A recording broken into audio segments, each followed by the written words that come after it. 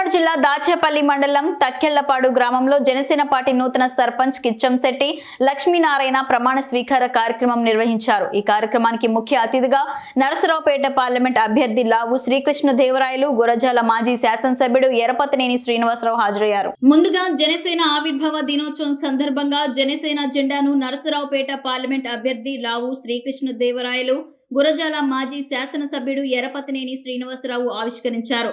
అనంతరం బహిరంగ సభలో మాట్లాడుతూ మన ప్రభుత్వ హయాంలో గ్రామాన్ని అన్ని విధాలుగా అభివృద్ధి చేశామని, కానీ వైసీపీ ప్రభుత్వం అధికారంలోకి వచ్చిన తర్వాత ఈ గ్రామంలో ఏ అభివృద్ధి పని కూడా చేయలేదని ఎరపతినేని ఎద్దేవా చేశారు।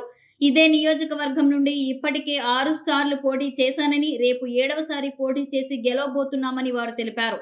మన ఉమ్మడి ప్రభుత్వం అధికారంలోకి వచ్చిన తర్వాత ప్రతి ఒక్క కార్యకర్తని ఆదుకుంటానని ఎరపతినేని తెలిపారు। అనంతరం జనసేన పార్టీ ఆవిర్భావ దినోత్సవం సందర్భంగా కేక్ కటింగ్ కార్యక్రమం నిర్వహించారు। ఈరోజు తక్కెళ్లపాడు గ్రామంలో ఉన్న సమస్యలన్నింటినీ కూడా మంచినీటి సమస్యతో పాటు ప్రభుత్వం చేసినా చేయకపోయినా అవసరమైతే సొంత అంచెలతోనే ప్రజలకు మంచినీళ్ళు ఇస్తాం, కానీ వెనుకపోయే సమస్య లేదన్న సంగతి కూడా తెలియజేస్తా ఉన్నాం। గ్రామాల అభివృద్ధి మేము పనిచేస్తాం। ఈ అనిల్ కుమార్ గురించి మాట్లాడారు, ఎందుకంటే ఇక్కడ కులాల పంపిణీ పెట్టాలని ఆలోచనతో వాళ్ళు ఉన్నారు। ఇష్టారాజ్యంగా నోరు బారేసుకుంటే మనం కూడా దాని మీద కౌంటర్ ఇస్తే దాన్ని కాంట్రవర్సీ చేయాలని చెప్పి కూడా వాళ్ళు ప్లానింగ్లో ఉన్నారు। అందుకే మనం కూడా ఎక్కడ కాంట్రవర్షియల్ స్టేట్మెంట్లు వాళ్ళు మాట్లాడినా మనం సమయం పాటిద్దాం। ఈ 35 రోజులు వాళ్ళు చేసిన అరాచకాలు, వాళ్ళు చేసిన అవమానాలు పట్టుదలగా మార్చుకొని మనం పనిచేద్దామని చెప్పి కూడా నేను తెలియజేస్తా ఉన్నాను। నేను అనిల్ కుమార్ యాదవ్ ఒకటే చెప్తున్నాను, నేను అసెంబ్లీలో చంద్రబాబు నాయుడు గారిని తిట్టాను, పార్లమెంట్కి వెళ్ళి మళ్ళా చంద్రబాబు నాయుడు గారిని తిడతానని చెప్పి మాట్లాడుతున్నారు।